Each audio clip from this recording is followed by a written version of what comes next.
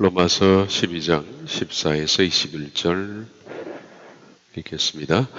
너희를 박해하는 자를 축복하라. 축복하고 저주하지 말라. 즐거워하는 자들과 함께 즐거워하고 우는 자들과 함께 울라.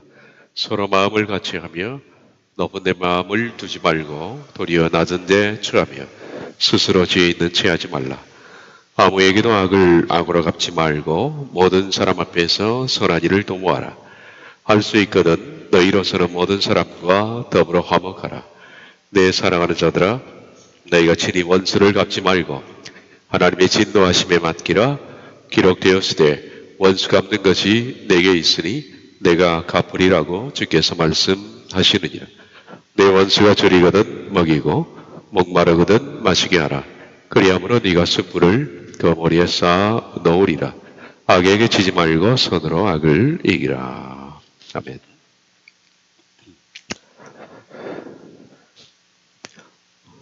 로마서 12장을 시작하면서 말씀을 드렸지만 로마서는 실은 12장부터 가장 중요한 말씀입니다. 11장까지는 이론, 그리고 12장부터는 실천인데, 원래 이론이라는 것은 실천을 위해서 있는 거죠. 11장까지는 깨닫기가 어려웠다면 12장부터는 지키기가 어려운 겁니다.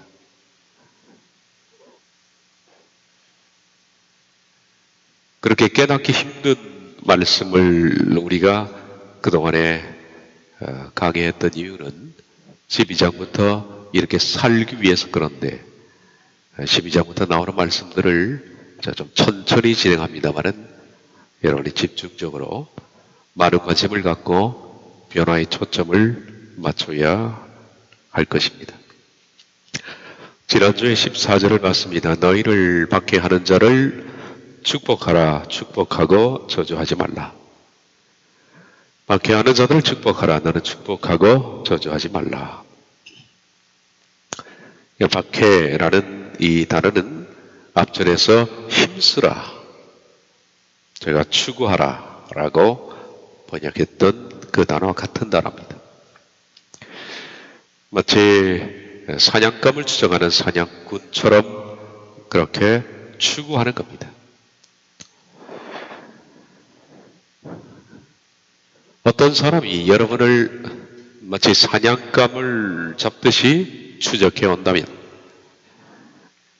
사냥꾼처럼 열정적으로 여러분을 뒤쫓고 그런 적에 찬 수단과 방법을 가리지 않고 여러분을 집중적으로 뒤쫓고 있는 사람을 말합니다. 지금은 우리에게 그런 사람이 많이 없습니다만은 박해 시기가 되면 여러분들이 이렇게 쫓아다닐 겁니다. 찾아내고 추적하고 그리고 끌고 가고 이런 것들이 박해입니다.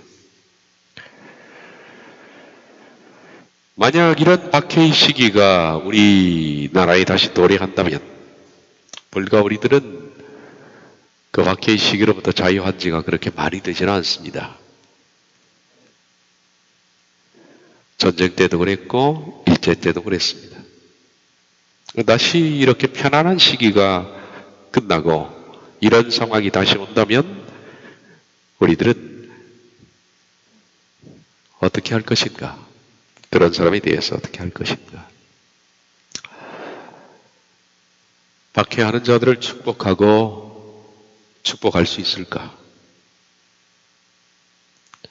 여러분을 죽이려고 찾아오는 사람들을 축복하고 축복할 수 있을까?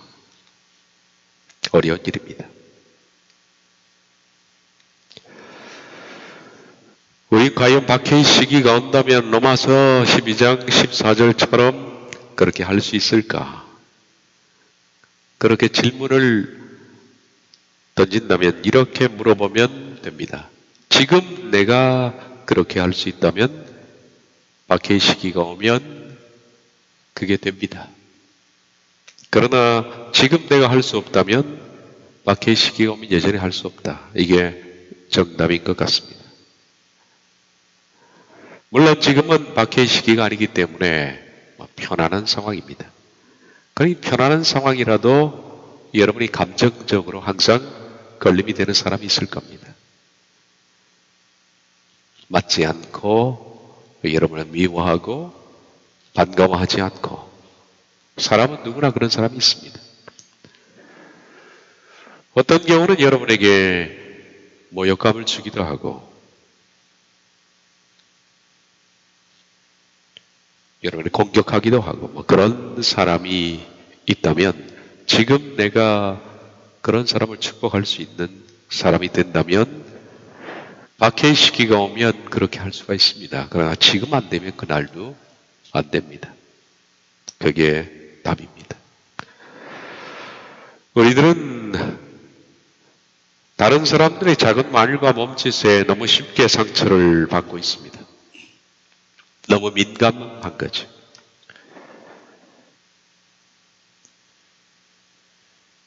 박해의 시기에 비해서 그런 말들이 무슨 큰 말이 되겠습니까마는 나를 배타하는 사람의 작은 말들, 나를 꺼려하는 몸짓들 이런 것들에 쉽게 상처를 받고 감정이 상하고 하는데 어떻게 우리가 그런 상황이 되면 이겨낼 수가 있을까? 여러분에 대해서 안 좋게 얘기하는 사람이 어디든 있습니다. 저는 없을 것 같습니다. 저는 많은 사람을 겪었고 지금도 여전히 있을 겁니다.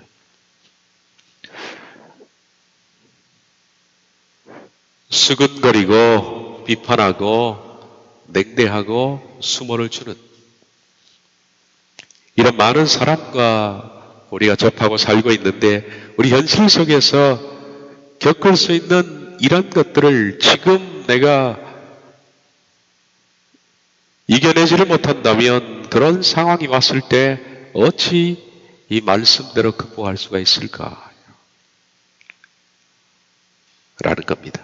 그러므로 우리 전국길을 걷고 있는 사람들이어서 지금은 우리가 박해 국가에 사는 것도 아니고 우리가 지난 시간 주일 오후에 요한계시록에서 잠깐 봤지만은 박해를 받는 국가는 상당히 많고 박해받는 기독인들은 상당히 많습니다. 그런 상황 속에서는 이게 실제적인 말씀이 되지만은 우린 그런 상황이 아닙니다. 그렇지만은 그런 상황이 아니라도 우리 삶 속에서 이런 작은 거부감과 비판과 냉대와 수모를 당할 때 그것을 통해서 내가 그것을 이겨내는 그것이 연단되지 않으면 그날이 힘들다. 그래서 모든 상황을 연단이라고 생각하는 게 좋겠다라는 겁니다. 연단이라고. 감사해야 될 겁니다. 이런 상황을 허락하신 하나님께 감사하고 오히려 강하게 연단되어야 되지 않겠습니까? 그런 상황에서 축복하라. 축복은 연록에 오는 좋은 말을 하는 겁니다. 좋은 말을. 그런 나를 죽이려고 추적하지만은 나는 좋은 말을 하는 겁니다. 번영을 빌고 행복을 빌고 예수님처럼 아버지여 저들은 자기들이 하는 일을 모르니 저들을 용서하여 주옵소서. 그렇게 좋은 말을 하는 쉬운 일이 아닐 겁니다. 그럼 그것이 단련되어야 한다는 거예요. 단련되어야. 물론 이 박해는 내가 잘못해서 촉발된 문제는 아닙니다. 내가 잘못한 것이라면 우린 회개해야 됩니다. 그것은 징계입니다. 그러나 내가 잘못하지 않았음에도 불구하고 이런 상황이 생겼다면 야고보서 말씀처럼 온전히 기뻐해야 합니다. 그리고 율로게오 그를 진심으로 축복해야 한다. 그래야 영원히 성장할 수 있다라는 겁니다. 오늘은 그 다음 절인 15절을 함께 볼 겁니다. 즐거워하는 자들과 함께 즐거워하고 우는 자들과 함께 울라. 이 말씀을 같이 생각해 보겠습니다. 즐거워하는 자들과 함께 즐거워하고 우는 자들과 함께 울라. 여러분, 우리가 즐거움이 있을 때 내 즐거움을 나눌 수 있는 사람이 없으면 참 그 즐거움도 괴로움이 됩니다. 나의 즐거움을 옆에서 함께 즐거워해 줄 수 있는 사람이 있다면 얼마나 좋을까요? 나의 슬픔을 함께 아파할 수 있는 동료가 있다면 그것도 얼마나 기쁨일까요? 근데 즐거움을 나눌 수 있는 사람이 없다면 그건 불행입니다. 이 공동체의 역할이 뭐냐 하면 이 즐거움을 함께 나눌 수 있는 동료들이 있어야 되는데 오늘 이 공동체는 즐거움을 함께 나눌 수 있는 동료들이 별로 많지는 않은 것 같습니다. 모두 다 시기하고 질투하다 보니까 사람은 많은데 내 곁에 이걸 나눌 수 있는 사람이 별로 없어요. 이런 공동체는 기능을 제대로 못하는 공동체입니다. 우리는 어떤 공동체를 추구해야 되겠습니까? 즐거워하는 사람을 같이 즐거워하고 그리고 우는 사람들과 함께 울 수 있는 그런 동료가 있는 공동체. 얼마나 좋은 공동체일까요? 그게 바람직한 공동체죠. 근데 여기서 즐거움은 세상적인 즐거움은 아닙니다. 그걸 알아야 합니다. 세상사가 잘 되어서 생기는 즐거움. 이걸 함께 즐거워하라는 뜻이 아닙니다. 세상적인 즐거움은 결코 드러내놓고 나눌 만한 것은 못 됩니다. 저는 이것을 나누지 마라라고 얘기하고 싶습니다. 세상의 즐거움은 육신적이고 쾌락적입니다. 그리고 이것은 내 영혼과 엇박자를 반드시 그리게 되어 있습니다. 세상적인 즐거움을 내가 좋은 일이 생겨서 즐거움을 자랑하고 그것을 나와 함께 나눌 수 있는 사람, 그건 동료가 아니라 나를 망가뜨리는 사람일 수도 있습니다. 나눌 만한 것이 못 된다. 세상의 즐거움은 나누면 나눌수록 믿음은 잃어갑니다. 분명히 보십시오. 잃어갑니다. 믿음은. 뿐만 아니라 더욱 세상적이 될 수가 있다.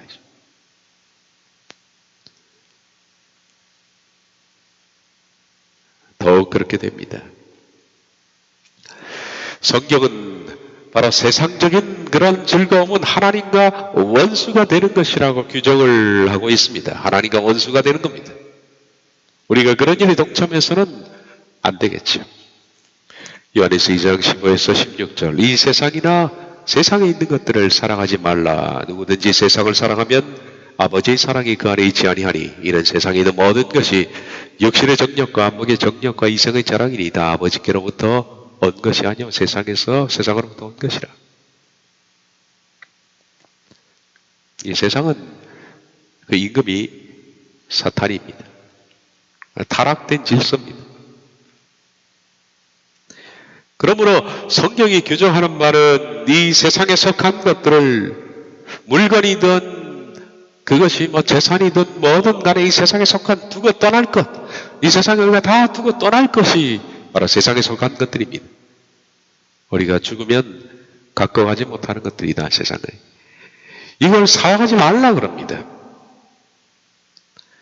누구든지 세상을 사랑하면 그 속에는 아버지의 사랑이 없습니다. 그리고 이 세상에 있는 모든 것들은 다 내 육신의 정욕을 추구하는 것입니다. 그리고 안목의 정욕이고 이성의 자랑입니다. 이건 다 아버지께로부터 온 것이 아닙니다. 아버지는 자신의 자녀에게 육신의 정욕과 안목의 정욕과 이성의 자랑을 충족할 수 있는 세상의 것들을 하나님은 허락하지 않습니다. 종종 사람들이 잘못 오해해서 이런 것들이 생기면 하나님께 감사를 합니다마는 아버지께로부터 온 것이 아닙니다. 세상으로부터 온 겁니다. 물론 우리가 살아가면서 세상적인 것들이 우리에게 생길 수 있습니다. 그걸 거부하라는 얘기가 아닙니다. 세상적인 즐거움이 내게 찾아올 수가 있죠. 우리 삶이 부드러워지고 풍성해지고 할 때가 있다. 그러나 그렇다더라도 그 자랑할 만한 문제가 아닙니다. 그건 자랑의 문제가 아닙니다. 세상적인 즐거움으로 즐거워하는 자들과 함께 즐거워하는 것은 만약에 그런 일들로 인해서 즐거워하는 사람을 옆에서 함께 즐거워해진다면 그 사람의 영을 우리가 타락시키는 일에 동참을 하는 것이지 내가 그 사람을 위해서 하는 것이 아닙니다. 뿐만 아니라 나 역시도 그런 즐거움에 동참함으로써 점점 아버지의 사랑으로부터 벗어나게 되는 겁니다. 그러므로 결코 세상사가 잘 되어서 즐거워하는 사람과 함께 즐거워하는 것은 죄악에 동참하는 것이다 라는 것을 잊지를 말아야 한다. 그것은 독초입니다. 그리고 이런 즐거움이 공동체 안에서 자랑이 되고 즐거움이 되고 그것이 나누어질수록 공동체는 그 영성이 점점 엇박자를 그리게 되고 결국 세상 집단으로 점점 변해간다. 점점 어떻게 됩니까? 그것은 하나님의 영광이 피어나지를 못하는 그런 염전이 된다.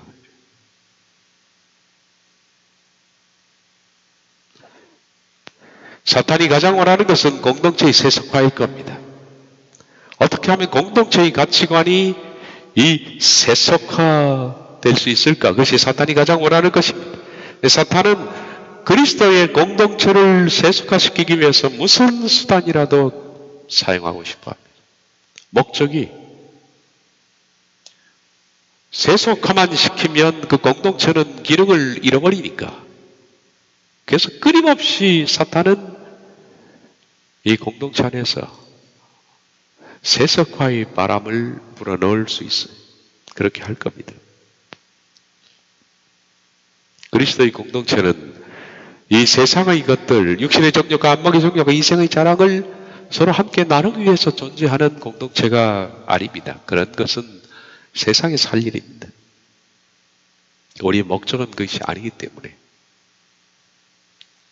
민수기 11장 4절에서 6절 10절을 보면 이스라엘 중에 섞여 사는 무리가 탐욕을 품었다. 이 섞여 사는 무리가 육신의 정욕과 이생의 자랑과 안목의 정욕을 가지고 있었던 것 같습니다. 탐욕을 품었습니다.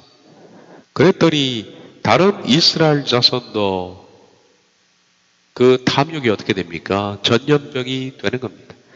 세상을 사랑하고 세상에 대한 정욕, 이것은 나만 망치는 것이 아니라 다른 사람에게 그 영의 전염병을 일으킨다는 거예요. 그의 영도 망가뜨리는 겁니다. 공동체를. 그러니까 같이 우는 겁니다. 누가 우리에게 고기를 주어 먹게 할꼬? 이게 울 일입니까? 이게. 우리가 애굽에 있을 때에는 값없이 생선과 외와 수확과 부추와 파와 마늘들을 먹은 것이 생각나거늘 이제는 우리 정력이 쇠약하되 이 만나 외에는 보이는 것이 아무것도 없다 하니 참 무서운 전염병입니다. 이 말들이 이런 육신적인 욕망과 탐욕의 말들이 한번 퍼지기 시작하면 걷잡을 수 없을 정도로 영이 탐욕으로 전염되기 시작합니다. 백성의 온 가족들이 각기 장막문에서 우는 것을 모세가 들으니라. 이러므로 여호와의 진노가 심히 크고 하나님이 이 공동체를 분노하시잖아요. 이 공동체 안에 탐욕이 전염이 되면 하나님이 그 공동체를 진노하실 수밖에 없는 공동체가 된다. 이스라엘 중에 섞여 사는 무리, 영어 성경을 보면 그들 가운데 섞여 있는 다수라 그렇게 나와 있어요. 다수라는 단어는 번역이 안 된 것 같습니다만, 그러니까 여기서는 KJV에는 다수라고 되어 있습니다. 섞여 있는 다수, 그러니까 적은 수가 아닙니다. 이들이 이스라엘 가운데 이런 수가 많았습니다. 다수입니다. 그럼 이들이 어디서 온 사람들인가? 이들은 바로 애굽 사람들입니다. 애굽 사람들. 그리고 애굽뿐만 아니라 애굽에 종살이했던 이스라엘 외에 다른 민족의 사람들일 수도 있습니다. 애굽 사람들, 그리고 이스라엘처럼 종살이했던 타 민족의 사람들. 이들이 언제 나왔느냐? 애굽에서 따라 나온 사람들인데 아마 이들은 뻔합니다. 애굽에 하나님께서 10가지 재앙을 내리실 때 그걸 먹어서 그들은 이렇게 생각했습니다. 다른 신들보다 저 여호와라는 신이 더 권능이 크구나. 더 힘이 세구나. 따라서 우리가 저 큰 신을 따라가면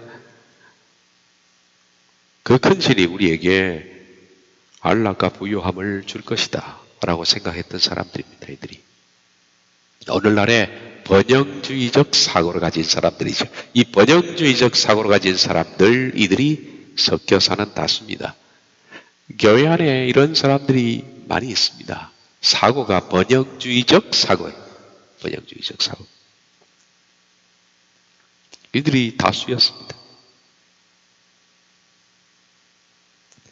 이들이 끊임없이 번영주의적 관점에서 자꾸 자랑도 하고 울기도 하고 뭐 그럽니다. 불평도 하고.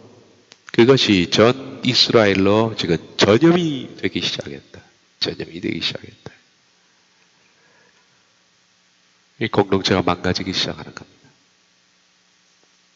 그런데 오늘 이 시대는 그 시대보다 심각한 것이, 왜냐하면 섞여 사는 무리가 그 시대에는 다른 사람들을 전전시켰다면 오늘 이 시대에는 섞여 사는 무리가 다수입니다. 절대 다수가 섞여 사는 무리예요. 그렇지 않습니까? 오늘 교회들은 번영을 갈구하는 사람들이 꽉 차 있습니다. 번영을 추앙하고, 그리고 번영의 성공담을 듣기 위해서 나와 있는 사람들이 참 많습니다. 왜 탤런트가 교회를 나가면 간증을 들어야 합니까? 왜 돈 많은 사람이 믿음을 가지면 간증을 듣고 싶어 할까요? 왜 죽어갔던 사람이 기적적으로 나았다 그러면 꼭 간증을 들어야 합니까? 비난한 사람이 성공해서 큰 부를 얻었다 그러면 영락없이 간증의 대열에 합류를 합니다. 이름 있고 명망 있는 사람은 간증으로 바쁩니다. 얼마 전에도 동기 목사님이 그러더라고요. 부산에 어떤 사람이 있는데 갑자기 이 사람이 기적적으로 믿음을 갖게 됐어요. 불교에서. 6개월 만에. 그런데 그 사람을 부르는 교회가 줄을 서가지고 예약을 하려면 2년, 3년이 걸려야 된답니다. 왜 이런 사람을 불러요? 6개월짜리가 뭘 믿음을 갖고 있다고. 성공담이 듣고 싶으면 교회 밖에 나가서 들으십시오. 성공담이 듣고 싶다면 TV를 켜고 듣는 게 낫습니다. 교회는 컨설팅 하는 것이 아닙니다.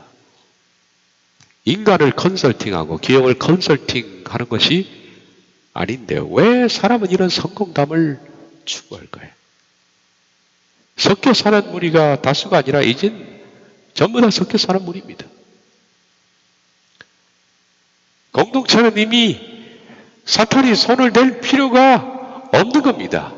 가만히 남간 내버려 두면 그냥 제 갈 길 가니까. 공동체는 이런 소리를 듣지도 말고, 그리고 이런 걸 즐거워하지도 말고, 이런 즐거움에 동참해서 옆에서 박수를 쳐주지 말라 이거예요. 그런 즐거움을 가진 사람을 높여주거나 박수를 치거나 부러워하거나 하지 마라 이거예요. 같이 죽으려 하느냐 이제 같이. 어떤 곳인데 여기가. 우리는 그런 즐거움으로 즐거워하는 자들의 즐거움에 슬며시 빠져나와야 합니다. 그렇다고 해서 여러분이 비난하고 하지 말고 빠져나오라는 거예요. 동참하지 말고 그런 즐거움을 동참하지 말아야 돼요. 또한 공동체 안에서 세상적 즐거움을 자랑하는 것을 명백하게 금해야 합니다. 금해야 합니다.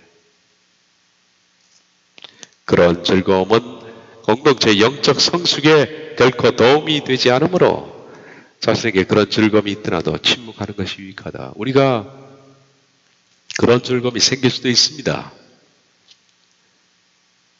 그렇지 않습니까? 세상에 발을 딛고 사는 사람인데 뭐 살다 보면 내가 갑자기 풍성해질 수도 있고 좋은 일이 생길 수도 있고 세상적으로 잘 풀어질 수도 있습니다. 그런 즐거움은 교회 안에서 나눌 만한 문제가 아니니까 침묵하라는 겁니다. 그래서 내 영혼을 위해서 그리고 우리 공동체의 영혼을 위해서 그건 감춰야 할 문제가 아닌가.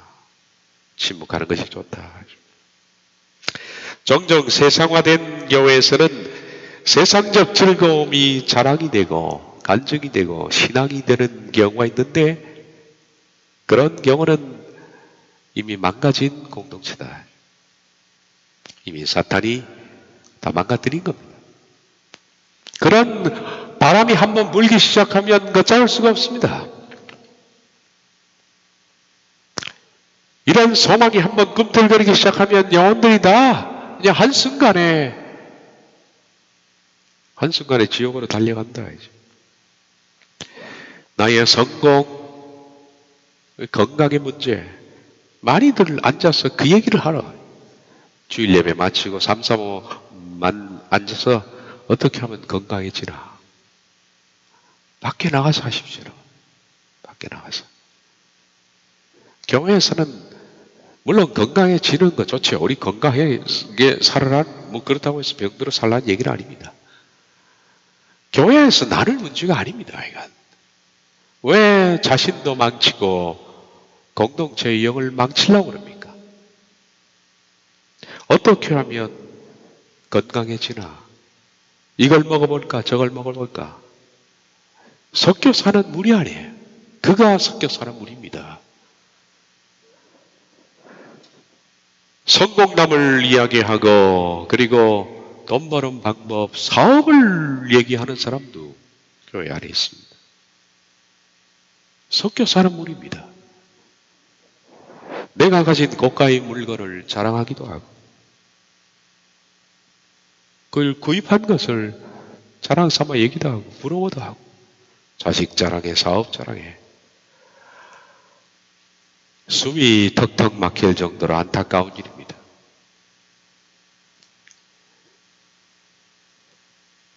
침묵하라. 교회 안에서는 절대 침묵해야 합니다. 우린 공동체를 하나님의 영광을 위해서 거룩하게 만들어 나가야 할 의무가 목사뿐만 아니라 모든 사람에게 다 있는 겁니다. 이 거룩성을 유지해야 하는데 세속화시킨 그 죄는 하나님이 반드시 물으실 겁니다. 그렇게 목사가 지금 제가 설교로 해서 거룩성을 유지하기 위해서 그렇게 심혈을 쏟고 있는데 뒤에는 세속화시키기에 바쁜 사람들이 335 있다는 것을 제가 잘 알고 있습니다. 금하십시오, 여러분. 금하십시오.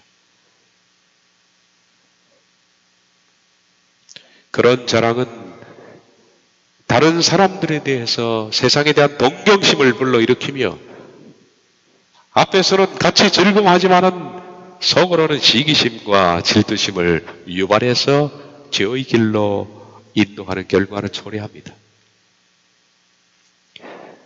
밖에서는 그러죠. 밖으로는 정말 축하하고 박수를 쳐주고 하지만 그런 세상에 대한 자랑은 반드시 시기심을 불러일으킵니다.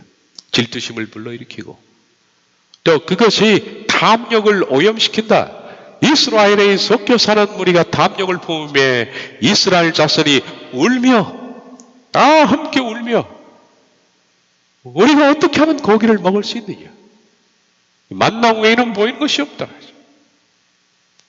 하나님이 주신 영의 양식 만나를 무시하고 세속적인 그런 먹고 마시는 것에 집착을 하게 만드는 이 죄를 어떻게 그가 씻으려고, 이 무서운 죄를 어떻게 씻으려고 교회 안에서 이런 짓들을 하는지 모르겠습니다. 침묵하라. 제발 침묵하라. 공동체를 망치지 마라.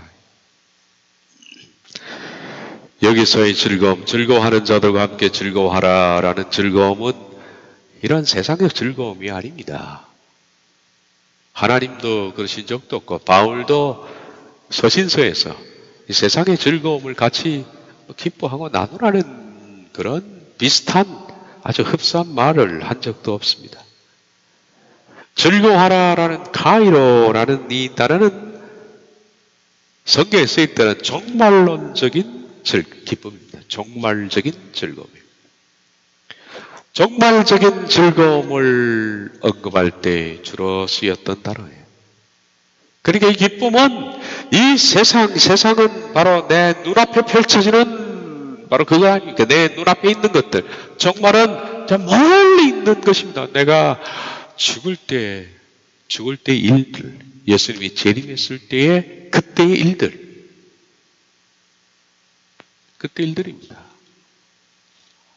이 세상에 있는 모든 것들은 다 두고 떠나는데 내가 두고 떠났을 때 그때 찾아지는 진짜 즐거움, 영원한 즐거움이에요.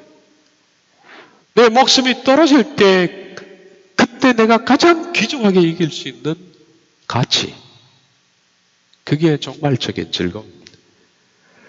우리가 죽어가면서 지금 이제 거의 막바지 왔는데 숨을 쉬면서 거칠게 이제 세상을 떠나는 걸 하는 순간에 내가 얼마를 벌었고 이거 즐거워할 사람 없습니다. 그때는 그게 아무런 우리 마음속에 남아있는 것도 없어요. 그런 건.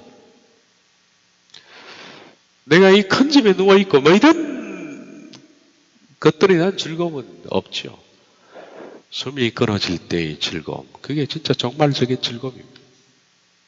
그 즐거움을 이 세상에 즐거워하라. 이게 종말적인 즐거움은 세상적인 즐거움과는 많이 다릅니다. 우리는 이 카이로, 이 즐거움이라는 것을 앞에 나오는 문맥 속에서 이해를 해야 합니다. 12절부터 15절 보면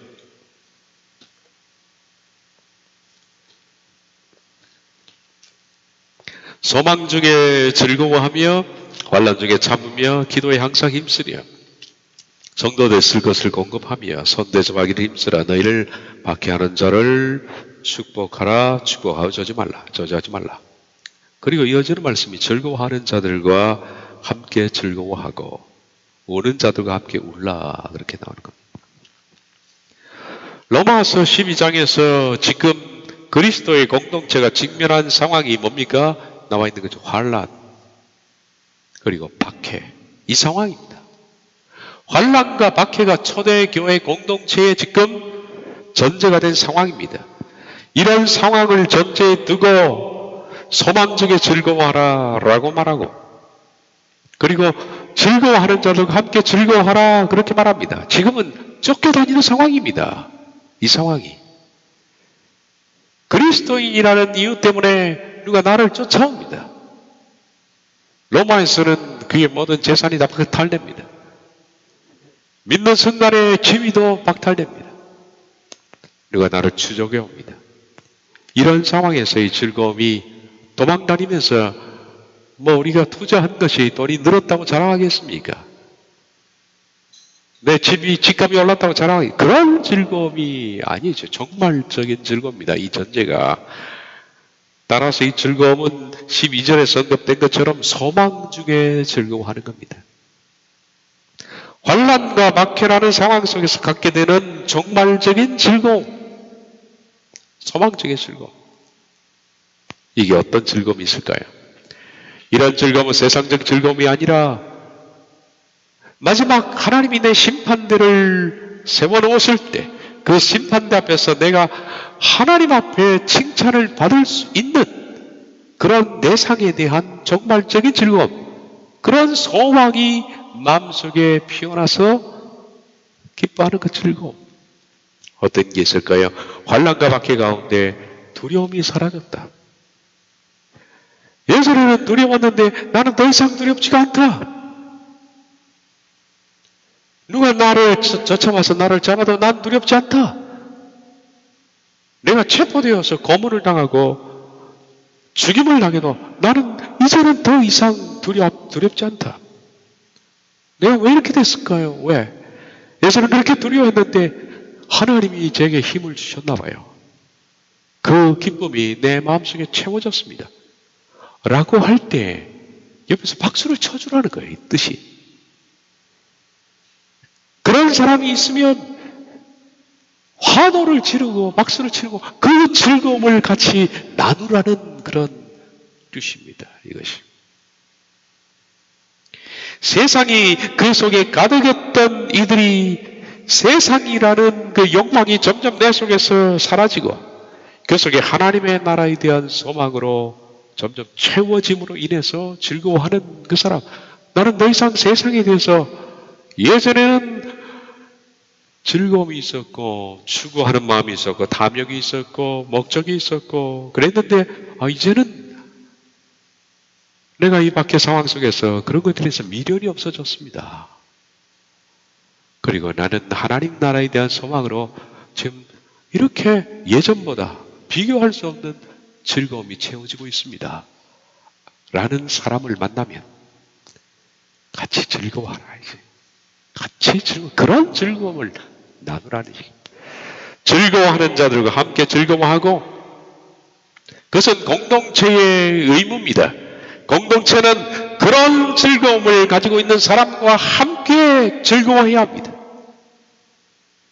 그런 즐거움을 가지고 있는 사람들의 채워짐을 인하여 변화해서 정말적 즐거움을 가지는 사람으로 바뀌었을 때 그런 이들과 함께 기뻐하고 축제하고 기뻐 뛰는 그런 즐거움, 이런 즐거움이 공동체의 즐거움인데, 오늘 이 세상은 세상의 정욕과 탐심으로 채워진 사람을 함께 즐거워는 해도 이런 즐거움을 가진 사람은 조용히 저 구석에서 혼자 소리 소문 없이 있어야지, 이런 건 기쁨의 대상도 아닌 오늘 교회의 형태가 되어버렸다는 거예요. 옛사람이 십자가에 못 박아 죽어함으로 인해서 즐거워하는 이들, 그런 즐거움은 자랑해야 합니다.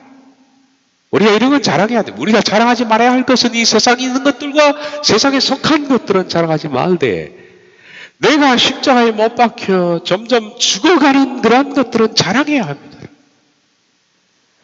내 속에 타인에 대해서 육신적으로 예전에는 공격성을 가지고 있어요. 그 공격성이 점점 힘을 잃고 긍휼과 사랑으로 채워지는 것을 즐거워하는 그런 즐거움은 자랑해야 합니다. 떠들어야 합니다. 그리고 그리스도 안에서 내가 점점 약해지는 것을 즐거워해야 합니다. 자랑해. 이런 것들이 자랑거리가 되어야 하고, 335 모여서 나눌 얘기가 바로 그런 얘기가 되어야 한다. 누가 335 모여서 딴 얘기를 하는지 모르겠습니다. 바울의 자랑을 보십시오. 내가 부득불 자랑할진대 나의 약한 것을 자랑하여. 이런 자랑 말입니다. 내가 얼마나 약한 놈인지 아십니까? 나 지금 거짓말하지 않습니다. 진짜 참말하겠습니다. 나 이렇게 두려워서 광주리 타고 도망한 놈입니다. 내가 얼마나 비겁한 놈인지 아십니까?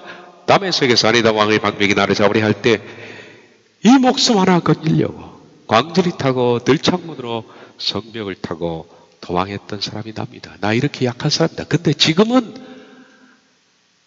똑같은 상황이 닥친다면 나 들창문으로 광주리 타고 도망하지 않습니다.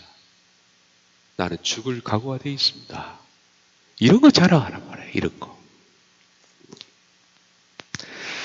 디모데전서 1장 12에서 15절 나를 능하게 하신 그리스도 예수 우리 주께 내가 감사함은 나를 충성되이 여겨 내게 직분을 맡기심이니 내가 전에는 비방자여 박해자가 폭행자였으나 도리어 긍휼을 입은 것은 내가 믿지 아니할 때 알지 못하고 행했습니다. 우리의 죄의 은혜가 그리스도 예수 안에 있는 믿음과 사랑과 함께 넘치도록 풍성하였도다. 미쁘다 모든 사람이 받을 만한 이 말이여 그리스도 예수께서 죄인을 구원하시려고 세상에 임하셨다 하였다. 죄인 중에 내가 괴순이라.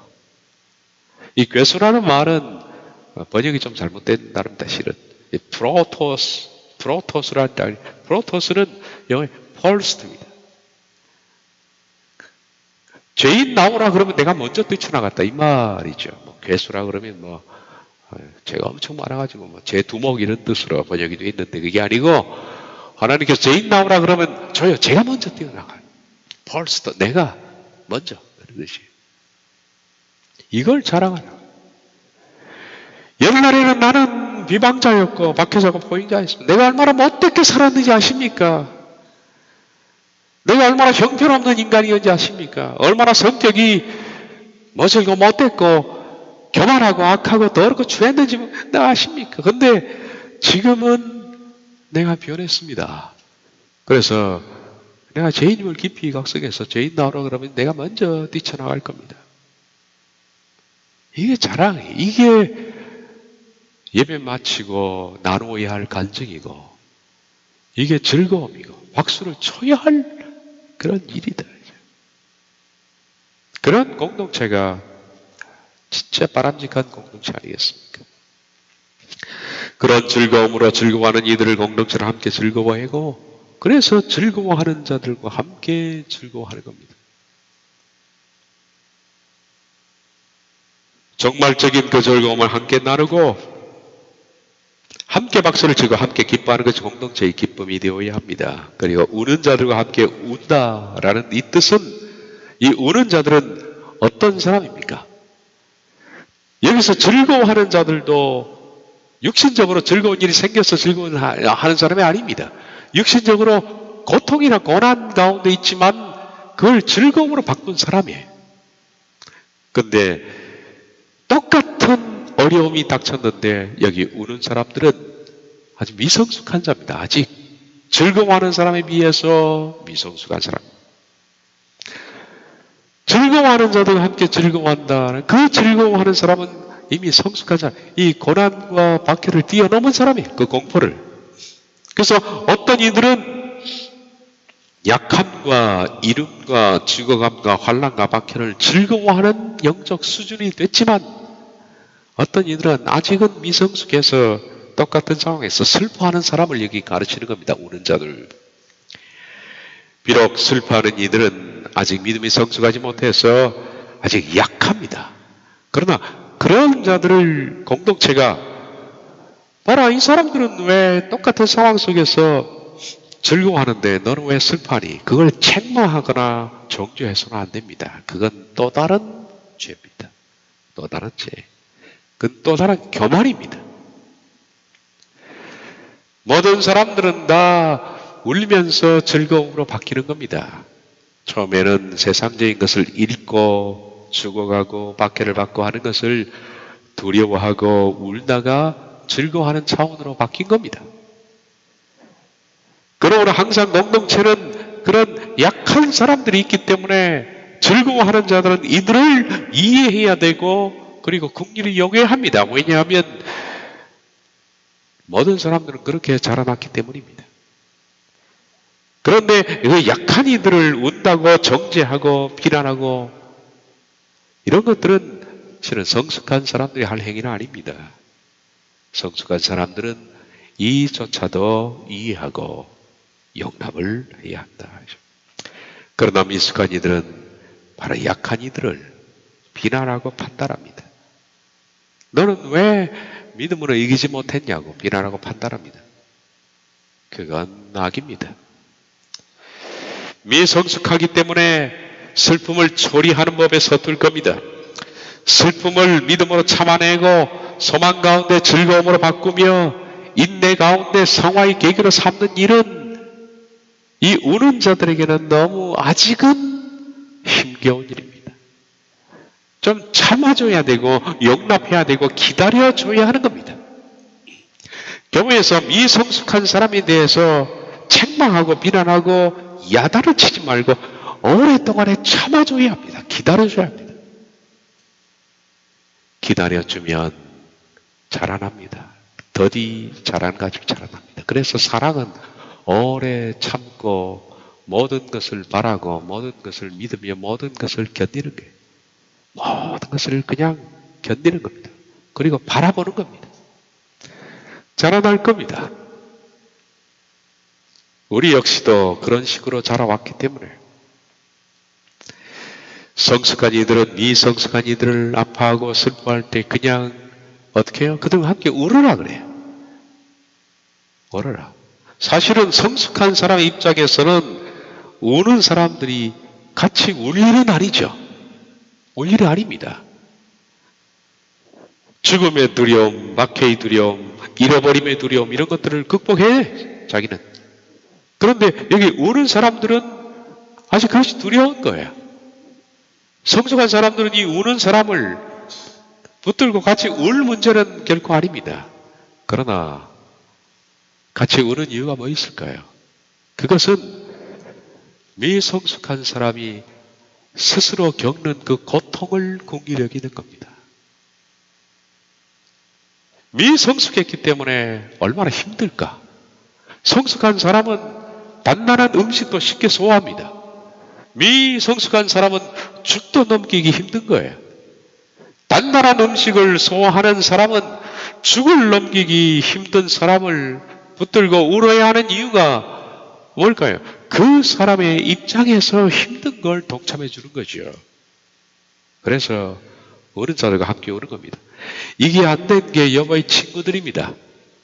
여보의 친구들은 영험히 아파하고 고통스러운데 자기들은 성숙한 사람의 입장에서 네가 이런 점이 틀렸고 저런 점이 틀려서 하나님이 징계를 했다고 마구 칼로 베어대는 그 사람들, 나중에 하나님이 욥보다 그 친구들을 더 분노하신 거 아시죠?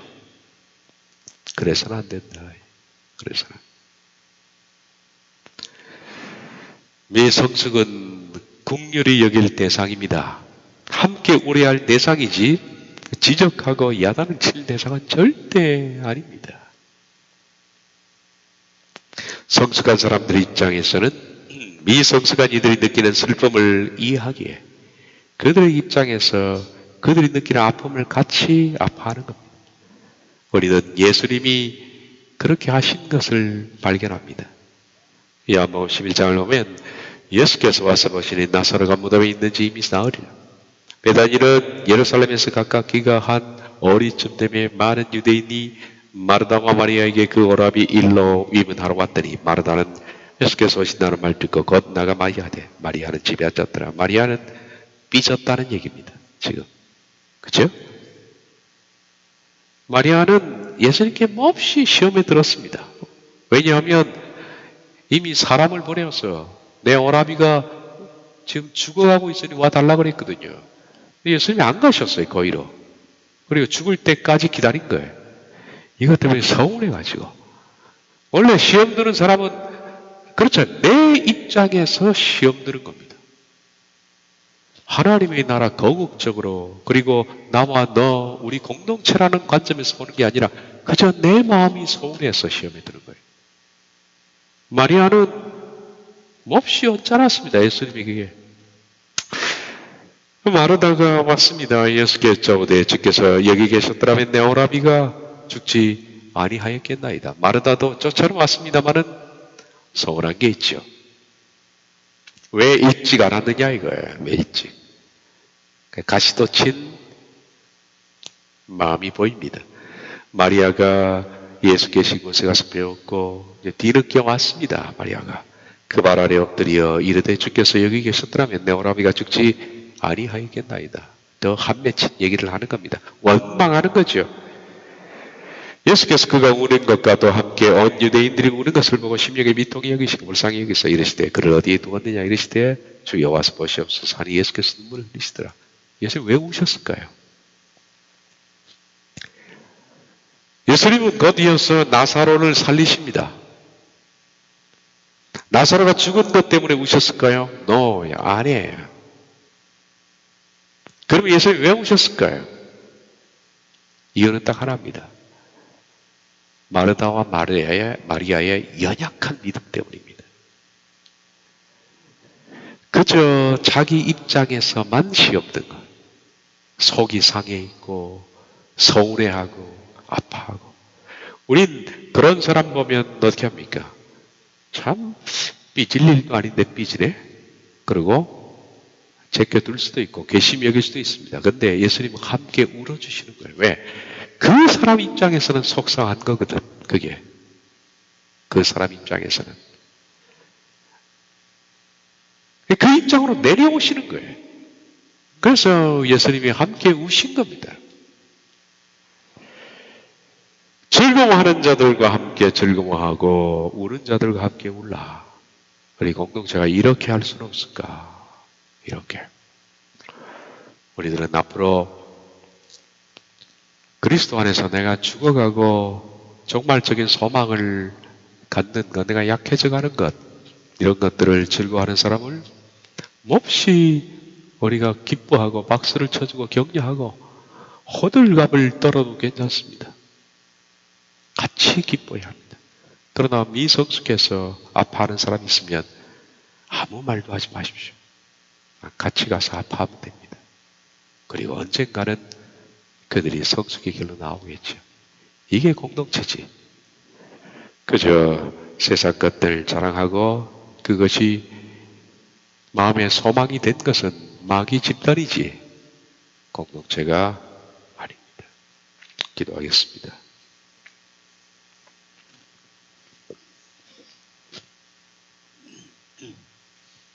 즐거워하는 자들과 함께 즐거워하고 우는 자들과 함께 울라.